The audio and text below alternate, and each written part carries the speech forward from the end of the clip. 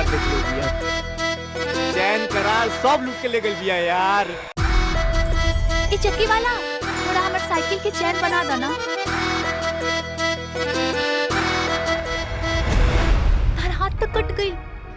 हे भगवान, बहुत खून आवा था। गुड़गुड़ गुड़गुड़ कुछ तो दिल में होता, हड़बड़ गड़बड़ कुछ तो दिल में होता। अच्छा, तो आज से हमनी के दोस्त बन सकतानी जा। दिन दिन और रात रात भर ठन के बह के पगलवा बन के। मेरे प्यारे बबलू, तुहर सावर सूरत के मूरत हमरा दिल में बस गइल बा। अब हमरा अंदर एगो अजीब सा बेचैनी रहता कि कब घर से आटा खत्म होके हम तोहरा से मिले चला। मैं तो हूँ तेरा दीवाना, बस तुझको तो है बताना। हो गई बा दोस्ती तोहरा से पक्की, तू हमारा टा हम तो हर चक्की। मेरे पास जो दिल था कहीं खो गया है। अरे हाँ, मुझे तो प्यार हो गया है। आज पहली बार मुझ पे खुमार छाया।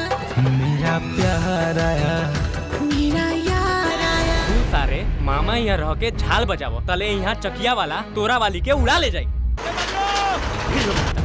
क्या प्लान मारते हैं, उससे संभाल। का कहले हा? ये का हम तुहार हई? हम कहाँ के उसे ही बात कर ले। जदवा आटा चक्की वाला के बहुत मार ले बा। अगर तू हमरा से इतना प्यार करेला ना, तो हमरा के कहीं दूर भगा के ले जा, कहीं दूसर दुनिया। संगतिया तोहरा संग नीक लागे। हर बतिया तो हर ठीक लागे। संगतिया कहा मास्टर जी, आपकी लड़की एगो चक्की चलाने वाले के संग भाग गई। मास्टर साहब हमेशा खातिर चल गई ने। अरे भाई, प्यार में तो 7 समुद्र पार करते हैं और तुम लोग नेपाली आए हो खाली। हाँ,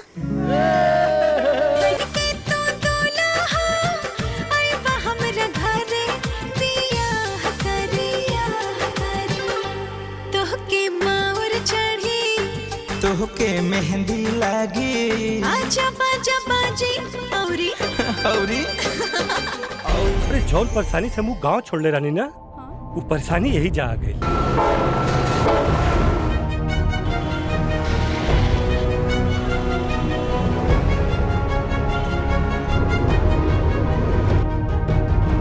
पिंकी, भले हम मर जाए, भाग्य यहाँ से जाए ना।